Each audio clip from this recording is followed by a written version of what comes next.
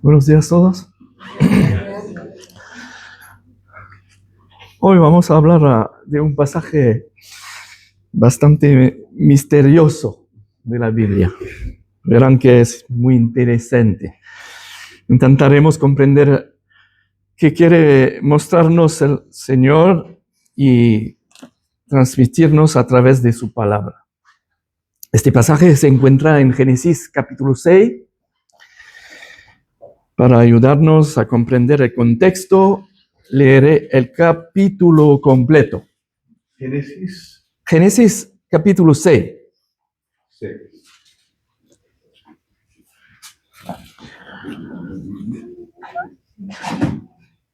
Aconteció de cuando comenzaron los hombres a multiplicarse sobre la faz de la tierra y le nacieron hijas, y viendo los hijos de Dios que las hijas de los hombres eran hermosas, tomaron para sí mujeres, escogiendo entre todas. Y dijo Jehová: no contenderá mi espíritu con el hombre para siempre, porque ciertamente él es carne, mas serán sus días 120 años. Había gigantes en la tierra en aquellos días, y también después que se llegaron los hijos de Dios a las hijas de los hombres, y le engendraron hijos.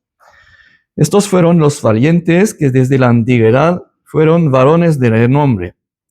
Y vio Jehová que la maldad de los hombres era mucha en la tierra, y que todo designio de los pensamientos del corazón de ellos era de continuo solamente el mal. Y se arrepintió Jehová de haber hecho hombre en la tierra, y le dolió en su corazón. Y dijo Jehová: traeré de sobre la faz de la tierra a los hombres que he creado, desde el hombre hasta la bestia, y hasta el reptil, y las aves del cielo, pues me arrepiento de haberlos hecho. Pero Noé halló gracia ante los ojos de Jehová. Estas son las generaciones de Noé. Noé, varón justo, era perfecto en sus generaciones.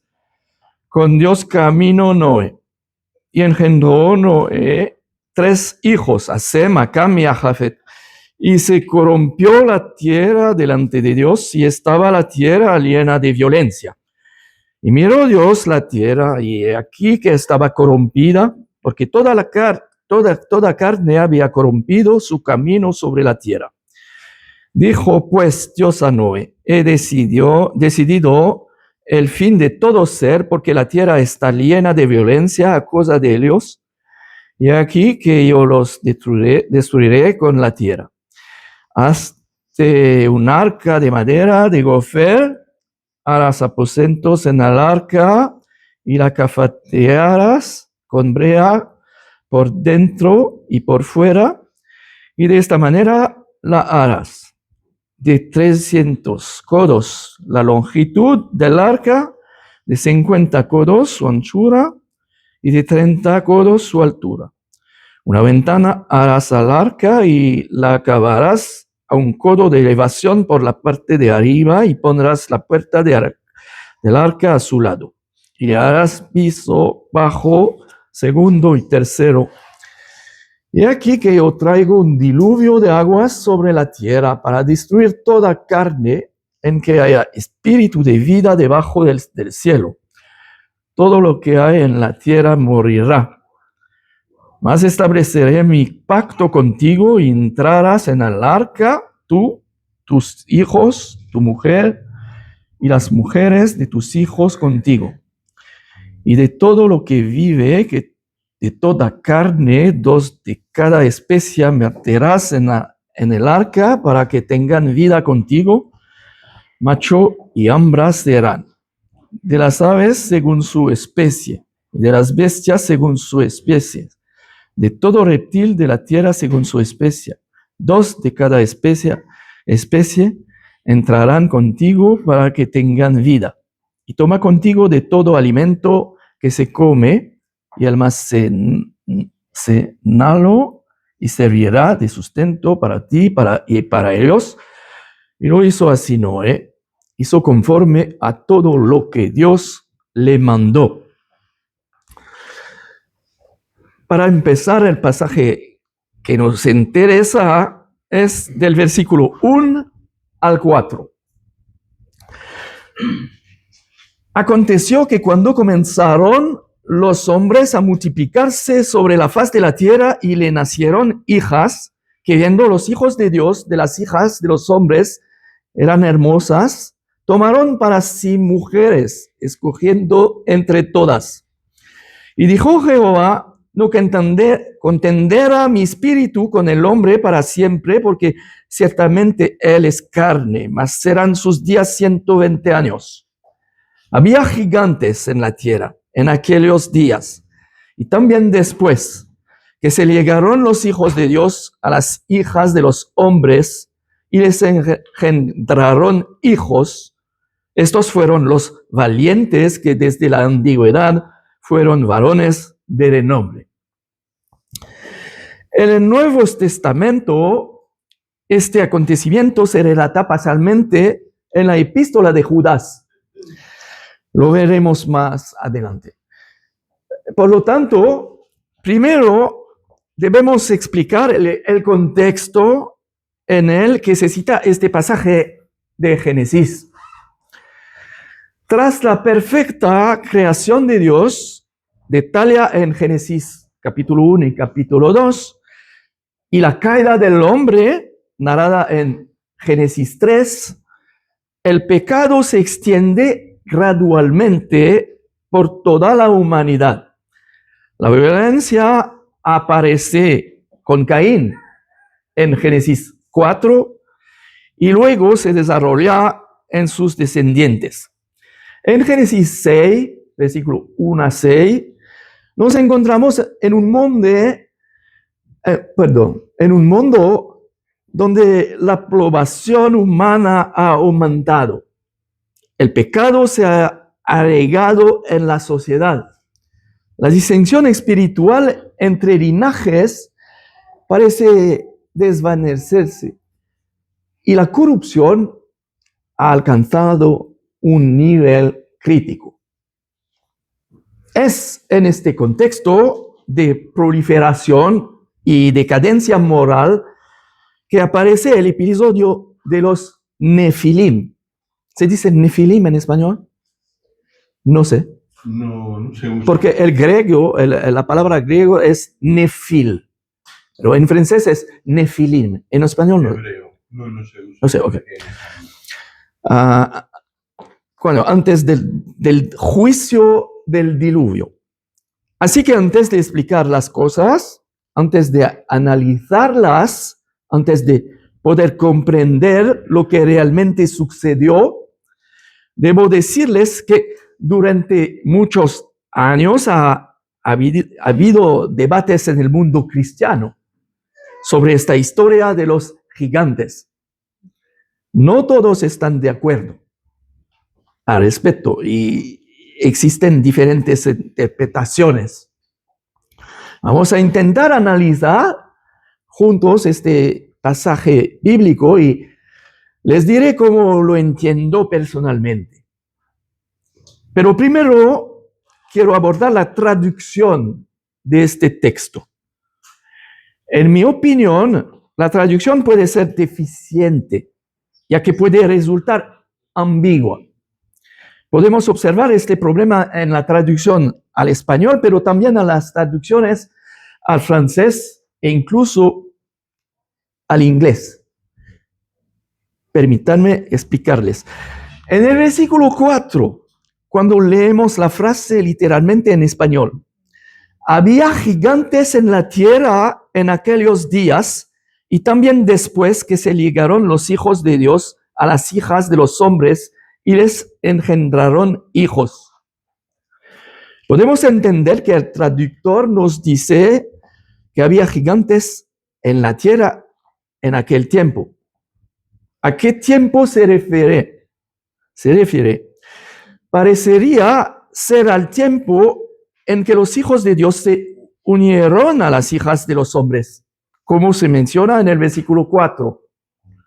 Y el traductor nos dice que una vez que los hijos de Dios se unieron a las hijas de los hombres, hubo gigantes después de ese evento.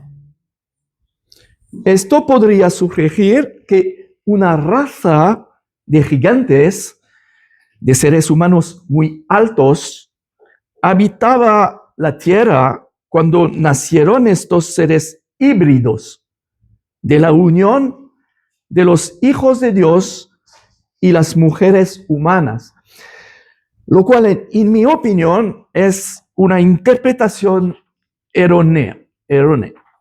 ¿Por qué? Porque la palabra traducida al español como gigante es la palabra hebrea nefil. Ahora bien, los nefil son esos seres híbridos nacidos de la unión de los hijos de Dios con las mujeres humanas. Por lo que el texto no puede afirmar que en el momento en que nacieron los nefil ya estuvieran en la tierra, lo cual sería absurdo. El argumento del texto apunta a la descendencia como el fenómeno central. Y el pasaje no parece distinguir entre dos grupos diferentes. Sin embargo, encontré 6 traducciones al español que interpretan el texto de manera diferente a la traducción de Reina Valera que ustedes tienen. Una de estas traducciones dice: los gigantes aparecieron en la tierra cuando los hijos de Dios se unieron con las hijas de los hombres para tener hijos, e incluso después. Fueron los famosos hereos de la antigüedad. Otra traducción dice: en aquellos días y durante algún tiempo después, los gigantes Nefilim vivieron en la tierra, pues siempre que los hijos de Dios tenían relaciones sexuales con mujeres, engendraban hijos que más tarde se convirtieron en los héroes y famosos guerreros de la antigüedad. Como pueden ver, estas traducciones son menos ambiguas que otras, como la de Reina Valera. Y en la mayoría de las traducciones, la palabra traducida como gigantes no proviene directamente del hebreo. Proviene principalmente de la Septuaginta, la antigua traducción griega de la Biblia hebrea, realizada 200 años antes de Cristo, que tradujo el término nefil como gigantes. Sin embargo, en griego antiguo, gigantes no solo significa hombres muy altos. Puede referirse a hombres muy altos y muy fuertes, pero en la mitología griega, los gigantes eran seres rebeldes y semidivinos. Es probable que la traducción de la Septuaginta eligiera esta palabra para evocar su poder, violencia y naturaleza extraordinaria, y no necesariamente ni exclusivamente su tamaño. Nefil en hebreo no significa literalmente gigantes. Nefil en hebreo proviene de la palabra nefal, que significa caído, caer sobre alguien, hacer que alguien caiga, arrojarse sobre alguien. La raíz de la palabra significa caer, pero la forma es ambigua. Y en el contexto favorece una lectura activa como los que hacen caer. Nefil no es un término biológico, sino principalmente un término de estatus. En pocas palabras, bíblicamente, Nefil se refiere a hombres caídos ante Dios. Estos seres causan la ruina. Son figuras de dominación violenta. Y en el contexto bíblico sugiere claramente cómo y por qué se caracterizan por la degradación, la violencia, la dominación y la intimidación. Los Nefil no son completamente humanos, tampoco son ángeles caídos, son el resultado de la unión de mujeres humanas con ángeles caídos. Es decir, una raza híbrida, mitad humana, mitad ángel, que surgió en esta tierra. Y creo que cuando se escribe en el versículo 4, había gigantes en la tierra en aquellos días y también después, no se refiere al momento preciso en que los ángeles tuvieron relaciones con los seres humanos, sino simplemente al periodo general que precedió al diluvio. La tierra ya afectada por el pecado fue corrompida de una manera abominable por estos seres híbridos. Y el diluvio fue la respuesta directa de Dios a esta corrupción. La corrupción descrita en Génesis 6 llegó a ser tan extrema que Dios decidió exterminar a casi toda la humanidad. El diluvio se convirtió en un acto de purificación para erradicar esta perversión sobrenatural y restaurar el orden en la creación de Dios. Ahora que entendemos la traducción, volvamos al pasaje que nos interesa para ver qué sucedió. Si tomamos el texto literalmente, la palabra de Dios nos dice que cuando la humanidad comenzó a multiplicarse sobre la tierra, los hijos de Dios vieron que había mujeres muy hermosas en la tierra y decidieron tomarlas por esposas, casarse con ellas y procrear. ¿Quiénes los hijos de Dios? En Job, capítulo 1, versículo 6, está escrito: un día vinieron a presentarse delante de Jehová los hijos de Dios, entre los cuales vino también Satanás. Una escena similar se relata en Job capítulo 2, versículo 1. Leamos ahora Job capítulo 38, versículo 4. Job 38, versículo 4, donde Dios le habla a Job: ¿dónde estabas tú cuando yo fundaba la tierra? Házmelo saber si tienes inteligencia. ¿Quién ordenó sus medidas, si lo sabes? ¿O quién extendió sobre ella cordel? ¿Sobre qué están fundadas sus bases? ¿O quién puso su piedra angular? Cuando alababan todas las estrellas del alba y se regocijaban todos los hijos de Dios. Este pasaje describe la creación del mundo. Por lo tanto, los hijos de Dios existían antes que la humanidad, puesto que se regocijan con la fundación de la tierra. Esto descarta automáticamente la posibilidad de que fueran seres humanos. Algunos cristianos dicen que eran descendientes de Set, pero Set aparece mucho después. Por consiguiente, es comprensible que los hijos de Dios se refieran a seres angélicos. Y estos suelen interpretarse como ángeles caídos en la historia de Génesis 6. Es decir, que demonios. Judas aclara que estos ángeles no mantuvieron su dignidad y abandonaron su morada. Leeremos Judas, versículo 5,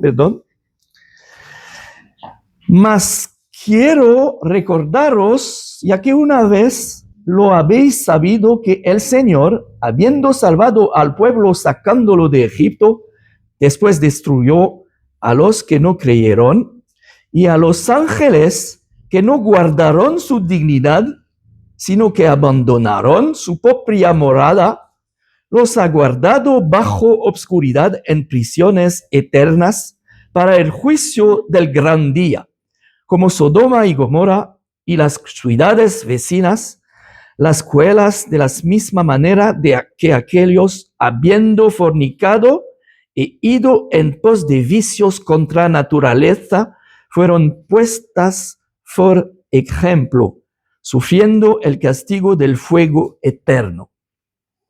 Era Judas, versículo Judas, versículo 6. 5. 5 en adelante. La palabra de Dios nos dice que estos ángeles no mantuvieron su dignidad y abandonaron su morada. Su morada es el cielo. Pero Judas también nos da una pista importante. Nos dice que estos ángeles se entregaron a la fornicación y a vicios antinaturales, al igual que los habitantes de Sodoma y Gomorra. ¿Qué hicieron estos habitantes de Sodoma y Gomorra? Génesis 19 muestra que los hombres de Sodoma querían abusar sexualmente de los visitantes que llegaron a la casa de Lot, quienes de hecho eran ángeles. Esto revela una depravación entre el pueblo, una depravación colectiva que se extiende desde el más humilde hasta el más poderoso, como nos muestra el versículo 11 de Génesis 19. Y cuando la Biblia dice que estos ángeles caídos abandonaron su morada, esto puede referirse al cielo, pero también a sus cuerpos espirituales, ya que la Biblia nos dice que los ángeles son espíritus, no poseen cuerpos humanos como nosotros.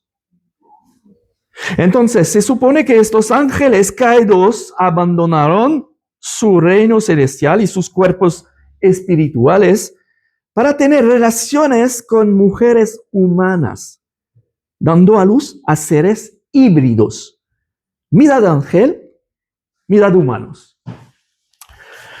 ¿Cómo es esto posible? ¿Cómo pudo suceder? ¿Pueden reproducirse los ángeles? Jesús afirma en Mateo 22, versículo 30, que los ángeles no se casan. Dios mismo los creó a todos. Esto parece indicar que no tienen la capacidad natural de reproducirse. Entonces, ¿cómo lo hicieron? La Biblia no lo explica. Pero veamos lo que dice el texto en Mateo 22, versículo 30. 22, 30. Sí, 30, perdón. Jesús declara, porque en la resurrección ni se casarán ni se darán en casamiento, sino serán como los ángeles de Dios en el cielo. El versículo afirma dos cosas. Los humanos resucitados no se casarán, y entonces serán como los ángeles en el cielo. El texto no dice que los ángeles sean incapaces de manifestarse corporalmente. Tampoco dice que carezcan de capacidad para la interacción física. Y no dice que no pueden transgredir sus órdenes de ninguna manera. Jesús aclara esto, habla de ángeles en el cielo. Esta aclaración es importante. En Mateo 22, Jesús responde a los saduceos acerca de la resurrección. Su objetivo es corregir su comprensión del matrimonio en el estado glorificado. No está enseñando una angelología detallada. El punto del versículo es, en el estado celestial, el matrimonio no existe. No se refiere a la capacidad de un ángel caído para abandonar su esfera. El texto griego dice como los ángeles en el cielo. Esto distingue explícitamente entre los ángeles que permanecen en su estado celestial y aquellos que no han mantenido su posición. Judas 6 habla específicamente de ángeles que no conservaron su dignidad. Por lo tanto, bíblicamente, hay ángeles que han abandonado su dominio. En el Antiguo Testamento, los ángeles comen en Génesis 18.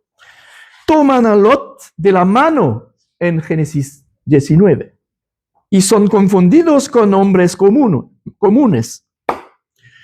De esta manera, pueden asumir una forma tangible. Esto no prueba la procreación. No, pero demuestra que el argumento de que son puramente espirituales y por lo tanto incapaces no es absoluto desde el punto de vista bíblico. Mateo 22 enseña que los ángeles fieles en el cielo no se casan y que los resucitados estarán en una condición similar.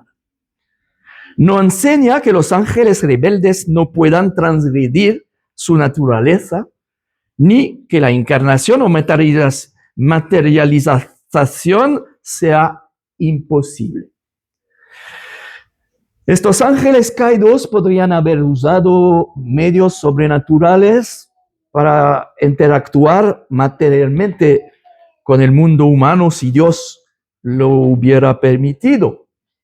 Pero no es lo que yo creo. Más bien, creo que poseyeron seres humanos, tanto hombres como mujeres. Y que estos demonios actuaron a través de ellos para consumar estas uniones. En mi opinión, así fue como engendraron estos seres híbridos. Esta idea se basa en el hecho de que en otros pasajes bíblicos los demonios poseen a los humanos para influir o corromper su comportamiento. Por ejemplo, en Marcos 5, versículo 1 a 20, o Lucas 8, versículo 30. Los ángeles caídos podrían haber tomado el control de cuerpos humanos para actuar a través de ellos. Y si las mujeres también fueron poseídas, esto podría indicar una completa corrupción de sus mentes y cuerpos, permitiendo una transformación o modificación sobrenatural durante la concepción. La posesión podría explicar por qué la descendencia de estas uniones, los Nefil, era tan diferente, poseyendo una naturaleza que trascendía la de un simple ser humano. Recordemos que Satanás y los demonios en ese preciso momento poseían un gran poder. Nos encontramos poco después de la creación y la cúspide de su poder, en la cúspide de su poder, aunque gradualmente lo irán perdiendo, especialmente en la cruz y más tarde cuando Satanás se ha arrojado en la tierra con sus demonios. Entonces, ¿cuál es la motivación de los ángeles para abandonar su morada y unirse con mujeres humanas? Si bien el texto no lo afirma específicamente, es razonable suponer que estos ángeles caídos están motivados por la oposición a la promesa de Dios en Génesis 3:15. Y pondré enemistad entre ti y la mujer, y entre tu simiente y la simiente suya. Esta te herirá en la cabeza, y tú le herirás en el calcañar. Satanás sabe que Dios enviará a alguien para destruirlo. Dios no bromea. Esta maldición tendrá que cumplirse. Y esta persona que vendrá en el futuro será un ser humano, descendiente de la mujer. Satanás teme mucho esto. Así que si el objetivo era realmente evitar la maldición, entonces sí, la acción temprana de Satanás y los demonios sería estratégicamente lógica.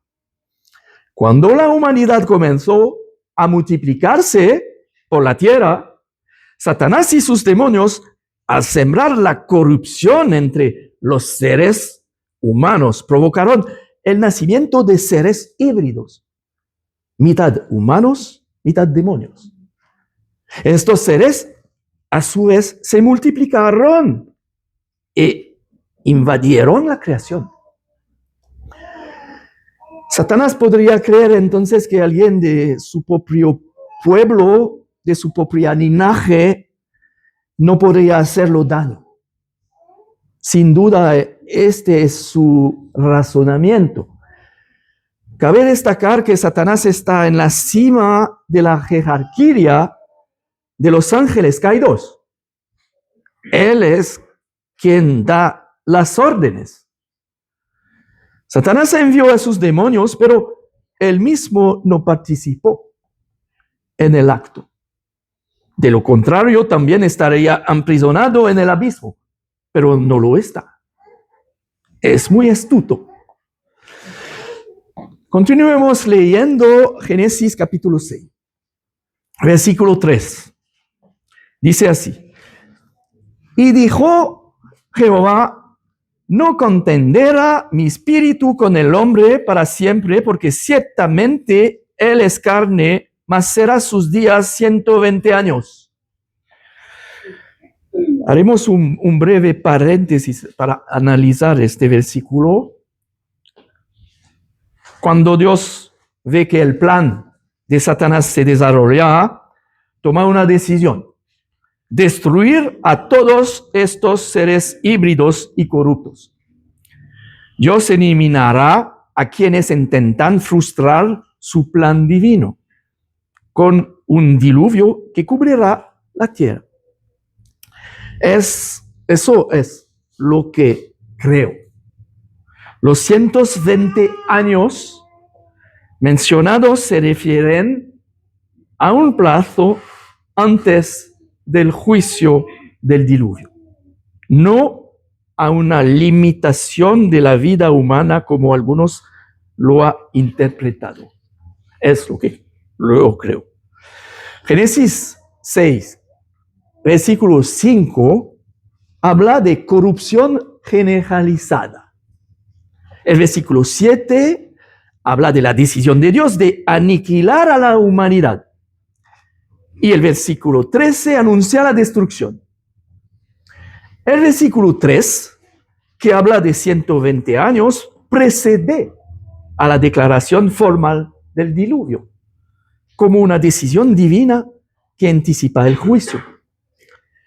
Si los 120 años significarán un nuevo límite a la esperanza de vida máxima de las personas, entonces Noé no habría vivido 950 años, ni Sem 600 años, ni Arpachad 438 años, ni siquiera Abraham 175 años. Varios siglos después del diluvio, las personas superan con creces los 120 años. Por lo tanto, el versículo no puede significar que a partir de ese momento la esperanza de vida máxima sea de 120 años. Y en el texto, en mi opinión, debe entenderse de la siguiente manera. Dios concede 120 años antes de la ejecución del juicio. Esta interpretación concuerda, en primer lugar, con la paciencia de Dios antes del diluvio.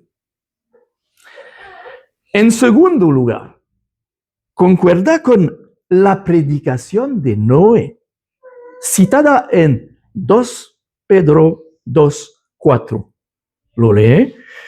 Porque si Dios no perdonó a los ángeles que pecaron, sino que arrojándolos al infierno, los entregó a prisiones de obscuridad para ser reservados al juicio, y si no perdonó al mundo antiguo, sino que guardó a Noé, pregonero de justicia, con otras 7 personas trayendo el diluvio sobre el mundo de los impios. Y en tercer lugar, concuerda el principio bíblico de que Dios siempre advierte antes de juzgar.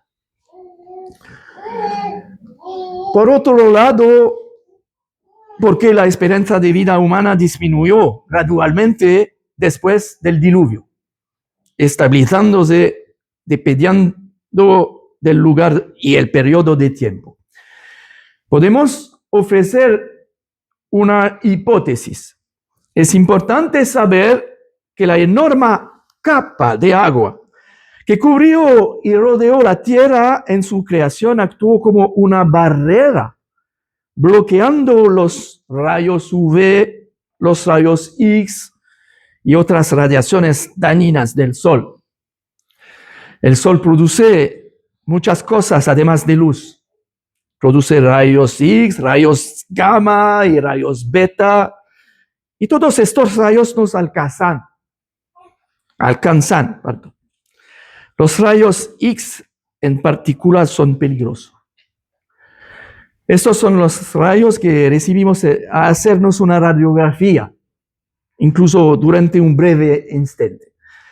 Quizás hayas notado que el radiólogo no permanece en la sala mientras que te exponen en los rayos, ya que estos son peligrosos.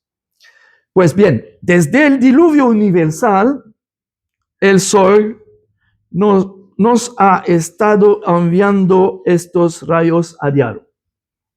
El hormigón y el agua detienen los rayos X. Rayos X. X, ¿se dice X? Se dice X en francés. X. Pero esa agua ya no está en el sol y nosotros. Después de 70 u 80 años, notamos que nuestra piel comienza a arrugarse. Desde el momento en que desaparece esta capa de agua que rodea el cielo, la esperanza de vida de los seres vivos en todo el planeta comienza a disminuir y luego se estabiliza. Es la fin de la digresión. Surge entonces una pregunta. ¿Por qué los ángeles caídos no volvieron a mezclarse con los humanos después del diluvio? ¿Lo hicieron una vez? ¿Podrían hacerlo una segunda vez? Algunos demonios que no participaron en la corrupción presenciaron la intervención de Dios y su observación de las consecuencias de esta transgresión podría explicar por qué después del diluvio este tipo de comportamiento no se repitió. También es posible que estos actos fueran llevados a cabo por demonios de clases superiores, demonios muy poderosos, y no por demonios comunes. No lo sabemos, pero una cosa es segura. Estos demonios que presenciaron este juicio probablemente temen ser encarcelados en el abismo, el lugar de castigo divino reservado para los espíritus caídos. ¿Por qué razones? No lo sé. Pero en Lucas 8, versículo 31, los demonios le ruegan a Jesús que no los envíe al abismo, lo que demuestra no solo su conocimiento del abismo, sino también su temor a este castigo eterno. El temor a este cautiverio podría explicar, en efecto, por qué no se repitió al evento. El temor a ser nuevamente aprisionados en el abismo no solo pudo haber disuadido a los demonios de intentar otra transgresión, sino que también pudo haber alterado su enfoque hacia los humanos después del diluvio. Es posible que se hayan percatado de los límites impuestos por Dios y la gravedad de las transgresiones espirituales. Esto influyó significativamente en la evolución de su estrategia tras el diluvio. Ahora, los demonios tienden a influir en las personas espiritualmente, mediante la tentación, la posesión o la opresión, en lugar de manifestarse físicamente para corromper la genética humana. Ahora bien, abordemos otra pregunta. Aparte de los seres híbridos engendrados por demonios, ¿ha habido alguna vez gigantes en la tierra? Seres humanos de gran estatura. ¿Sí? ¿Es así? Si es así, ¿quiénes serán? ¿Y de dónde provenían? Hoy sabemos que la estatura promedio de las poblaciones humanas varía según la región del mundo. La estatura promedio de los hombres holandeses es de aproximadamente 183 a 184 centímetros. Y la de las mujeres holandesas de 170 a 171 centímetros. Esto sitúa a la población holandesa entre la más alta del mundo. Hace apenas un siglo, la situación era diferente. Los holandeses tenían una estatura promedio para Europa. El aumento se produjo principalmente en el siglo XX. Las principales razones de esta mayor estatura se deben a la genética, la nutrición y las condiciones de vida, pero también a la selección natural. Algunos estudios han observado que en los Países Bajos los hombres más altos tenían en promedio un número ligeramente mayor de hijos, lo que podría haber acentuado esta tendencia. La estatura promedio también aumenta cuando disminuyen las enfermedades infantiles. El acceso a la atención médica es bueno y la nutrición es estable. Estos factores son muy favorables en los países del norte de Europa. Mientras que la estatura promedio de los hombres en el norte de Europa, Países Bajos, Dinamarca y Noruega, ronda los 180 a 184 centímetros. En el sur de Europa se sitúa entre los 175 y 178 centímetros. En Asia Oriental se encuentra entre los 170 y 175 centímetros. Y en el sudeste asiático, entre los 165 y 170 centímetros. Estos valores son promedios. Por supuesto, existen individuos muy altos o muy bajos en todas las poblaciones. Algunos humanos pueden medir entre 50 y 60 centímetros. Pero estos son casos excepcionales vinculados a trastornos genéticos muy raros. Estos problemas están relacionados con el pecado que ha impactado a toda la creación. Y si el pecado ha producido anomalias genéticas en un sentido, también las ha producido en el otro, ya que algunos hombres de nuestra época han superado los 2,70 metros. Veremos qué nos dice la Biblia al respecto.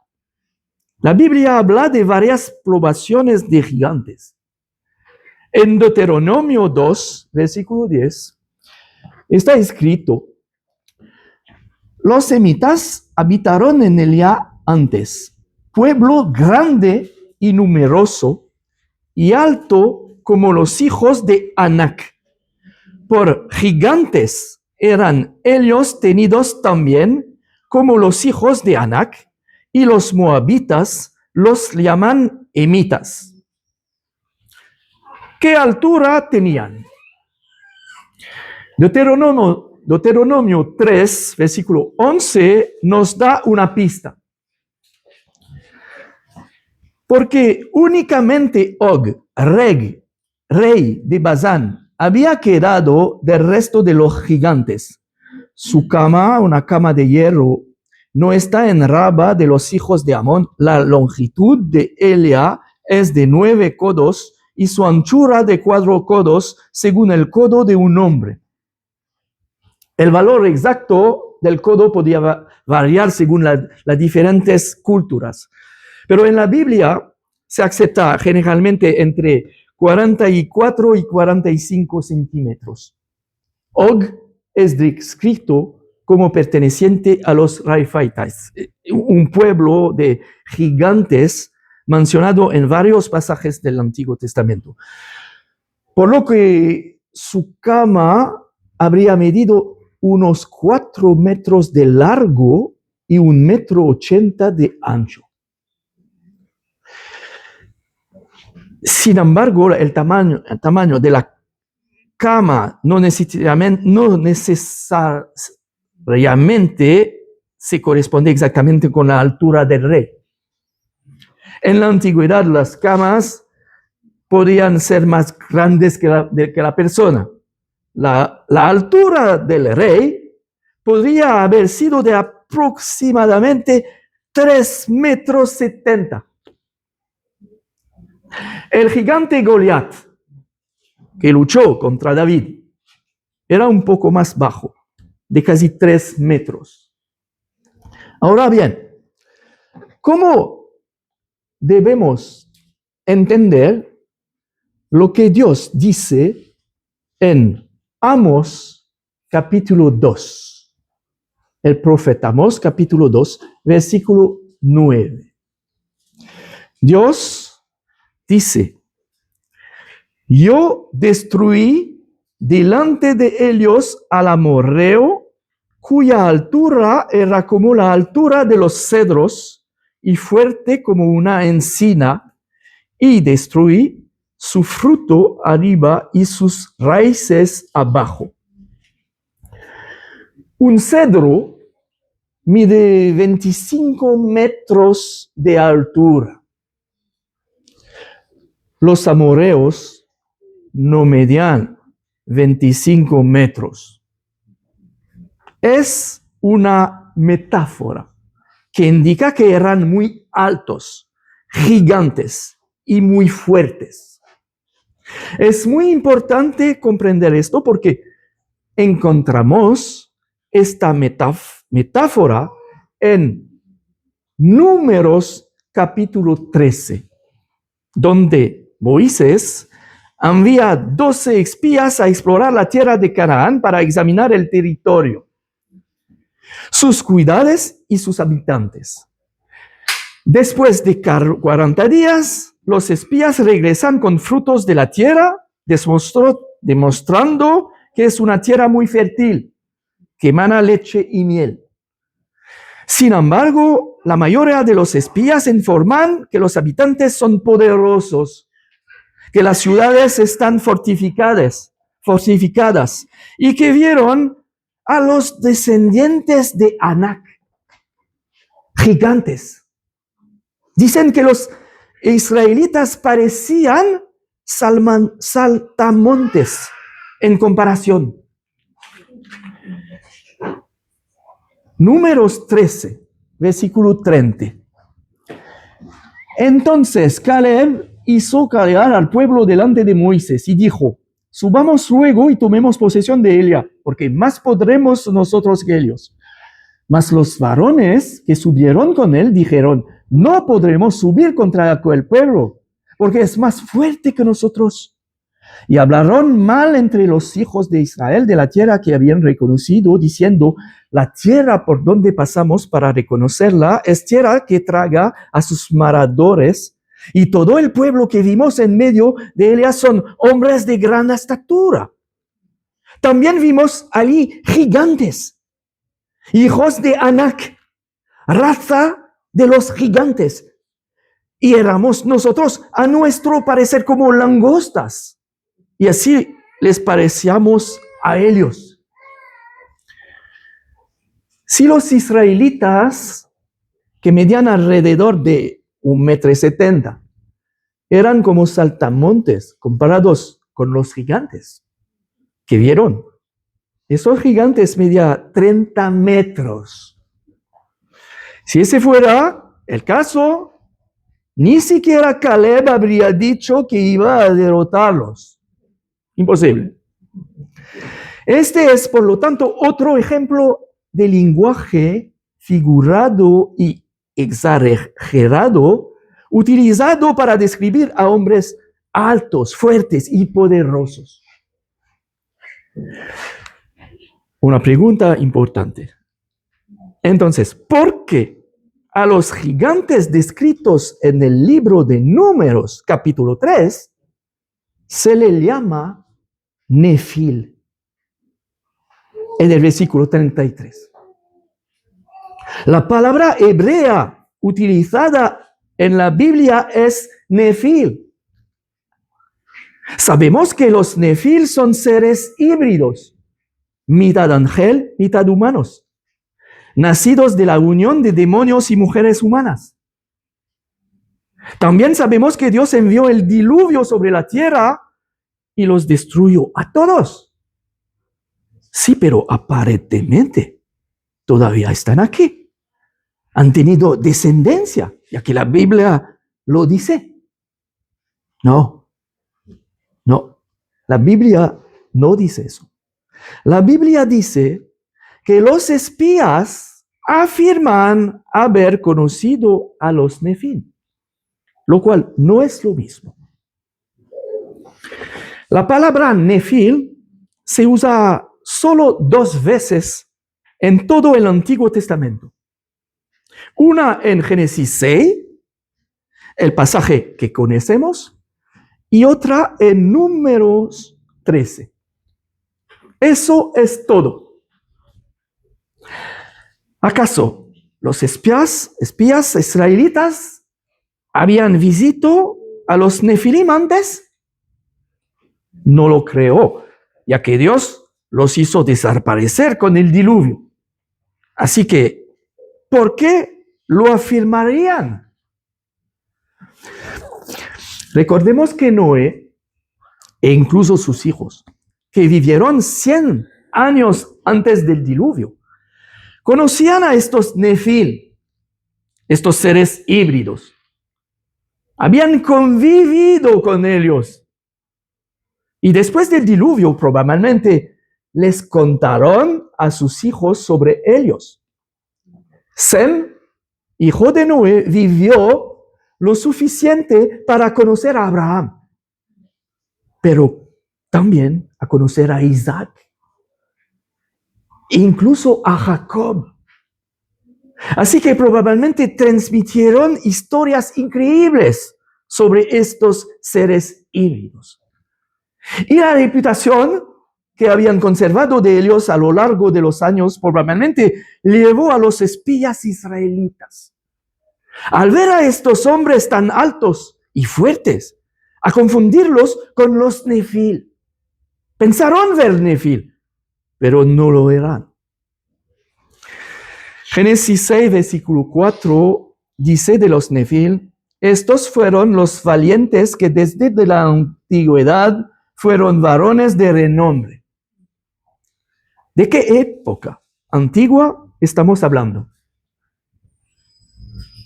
¿Cuándo se estableció esta reputación? Antes del diluvio.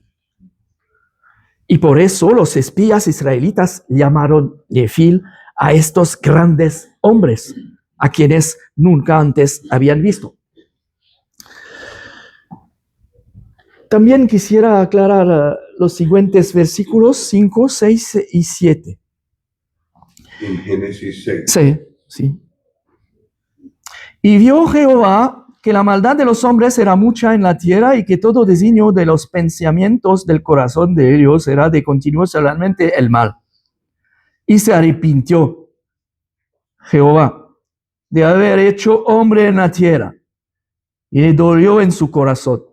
Y dijo Jehová: traeré sobre la faz de la tierra a los hombres que he creado desde el hombre hasta la bestia y hasta el reptil y las aves del cielo, pues me arrepiento de haberlos hecho. En el versículo 7, Dios dice, pues me arrepiento de haberlos hecho. En este versículo, arrepentirse no significa que Dios descubra un error y se arrepienta como un hombre ignorante, ni que se da cuenta de que no debió haber creado. Dios es omnisciente. Dios tiene un plan divino. Dios sabía desde el principio la caída de los ángeles y la del hombre. Dios no improvisa. Dios cumple su plan, tratando a las personas según sus decisiones. Cuando el Señor se arrepiente de haber creado al hombre en la tierra, significa que Dios cambia su manera de actuar hacia el hombre, porque éste se ha desviado completamente hacia el mal. El versículo añade, y le dolió en su corazón. Así el texto muestra dos cosas: el verdadero dolor de Dios ante el mal y un cambio en su acción hacia la humanidad. Dios no se arrepiente como un hombre. Cambia el rumbo de sus acciones hacia la humanidad en respuesta a la maldad humana. La Biblia se explica a sí misma y lo veremos para una mejor comprensión. Leamos Éxodo 13. Éxodo 13, versículo 17.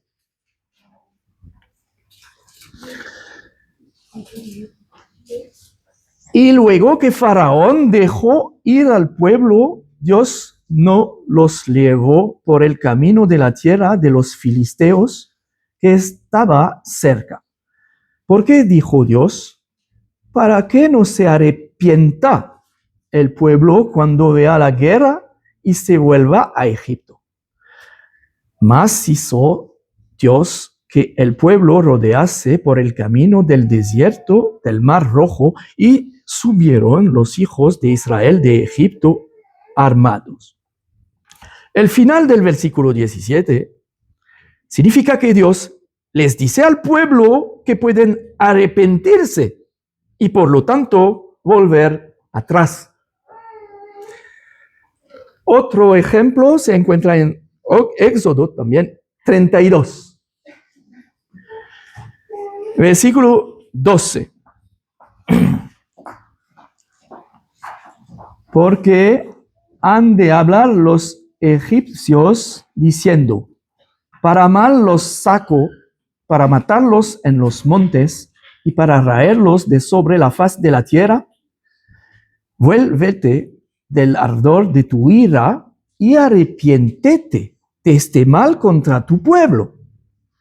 Acuérdate de Abraham, de Isaac y de Israel, tus siervos, a los cuales has jurado por ti mismo y le has dicho, yo multiplicaré vuestra descendencia como las estrellas del cielo y daré a vuestra descendencia toda esta tierra de que he hablado y la tomarán por heredad para siempre.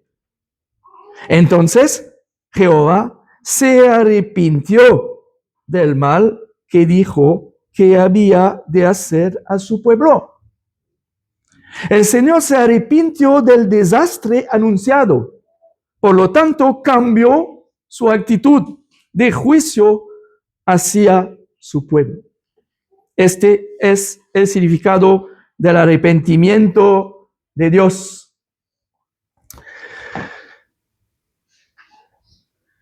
En Hechos, capítulo 3, versículo 19, Pedro dice, así que arrepentíos y convertíos para que sean borrados vuestros pecados, para que vengan de la presencia del Señor tiempos de refrigerio. Arrepiéntanse, por lo tanto, abandonen su camino y cambien de dirección. Esto es lo que Pedro pide. El Señor se arrepintió de haber creado a los seres humanos. Significa que Dios cambió su actitud y su manera de actuar hacia la humanidad debido a su maldad. No porque desconociera el futuro o se arrepintiera de un error. Dios no se arrepiente como la haría un ser humano. Cambia el rumbo de sus acciones hacia la humanidad en respuesta a la maldad de la humanidad. Una última reflexión antes de concluir este estudio. La Biblia nunca habla de salvación para los ángeles caídos. La Biblia dice, refiriéndose al Señor Jesús en Hebreos 2, versículos 16, porque ciertamente no socorrió a los ángeles, sino que socorrió a la descendencia de Abraham. Entonces podríamos preguntarnos por qué Dios perdonaría a los humanos y no a los ángeles. Si Dios no perdona a los ángeles caídos, es por una razón relacionada con su naturaleza. Y para comprender por qué no pueden regresar, debemos entender cómo fueron creados. Los humanos, en cambio, fueron creados del polvo. Son seres en constante desarrollo, seres que están aprendiendo. Al nacer, una persona no sabe nada, debe aprender a caminar. Se cae, se levanta, aprende a hablar, aprende el bien, aprende el mal. Y a medida que madura, puede cambiar de parecer. Su voluntad es maleable. Y por eso el arrepentimiento es posible en los humanos.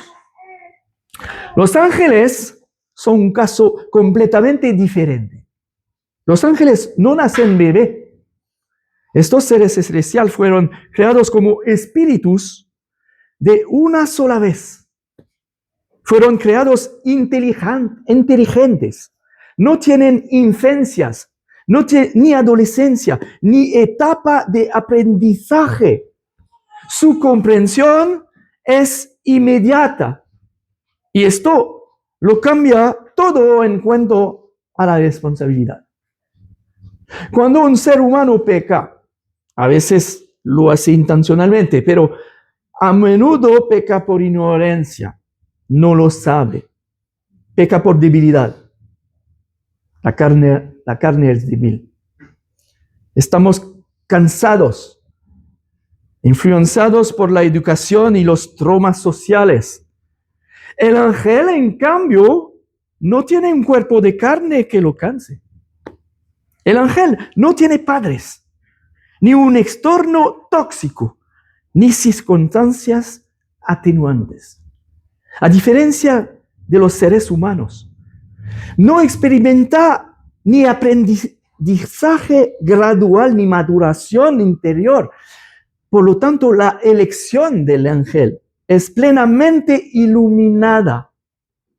Cuando Satanás cayó, no estaba en una tierra maldita, estaba en la presencia de Dios. Era una estrella brillante, caminando entre las piedras de fuego. Vio la gloria de Dios, no por fe, sino por visión. No tenía duda. Vio claramente la gloria de Dios. Y sin embargo, sin una tentación externa, miró a Dios y dijo, no. Este no es un no nacido de debilidad, ni de ignorancia. Es un no frío, calculado y lúcido. Un rechazo total de la fuente de la vida, hecho con plena conciencia. La humanidad a menudo peca porque ha sido engañada. Eva fue seducida. Pero ¿quién sedujo a Satanás? Nadie. El mal nació en él por su propia voluntad. Antes la luz perfecta, estos seres celestiales eligieron libremente su rebelión. Perdieron definitivamente. La salvación no es un derecho, la gracia no es algo que deba darse por sentado, es un don maravilloso. Y Dios decidió no dejar a la humanidad sumida en su inmundicia, porque sabe que somos carne. Jesús mismo en la cruz se dirige a Dios diciendo, Padre, perdónalos, porque no saben lo que hacen. Dios muestra misericordia a la humanidad, a pesar de su culpa y debilidad. Los seres celestiales lo sabían perfectamente. Y fue este conocimiento lo que los condenó. Los ángeles pecan y caen para siempre. Los seres humanos pecan y Dios mismo se encarna en su Hijo, quien viene a sufrir y morir en tu lugar para redimirte. Este es el inmenso amor de Dios. Los ángeles no forman una raza como la humanidad. La humanidad es una raza unificada, descendiente de un solo hombre, Adán. Los ángeles, en cambio, parecen haber sido creados individualmente, no como un linaje. Así pues, Adán podría representar a toda la humanidad y Cristo podría redimir a toda la humanidad, pero no existe un Adán de los ángeles. El mediador está entre Dios y la humanidad, no entre Dios y los ángeles. En 1 Pedro, capítulo 1, versículo 12, la Biblia dice que los ángeles contemplan con asombro la obra de salvación. Esto demuestra que la salvación humana es una obra especial de Dios, no destinada a ellos. A través de este estudio vemos que Génesis 6 resalta la gravedad del pecado, la realidad de la corrupción del mundo, pero sobre todo la santidad, la justicia y la soberanía de Dios. Nada escapa a la mirada del Señor, incluso cuando el mal parece extenderse por doquier. Dios permanece en su trono, ve, juzga y cumple su plan a la perfección. Pero este pasaje no solo muestra el juicio de Dios, sino también su gracia. en medio de una generación completamente corrupta. Noé halló gracia ante los ojos del Señor. Esto nos recuerda que Dios conoce a quienes le pertenecen, que sabe cómo proteger a los suyos y permanece fiel en medio de la apostasía. Este estudio, por lo tanto, nos edifica al llamarnos al temor de Dios, a la santidad, a la vigilancia y a la fidelidad.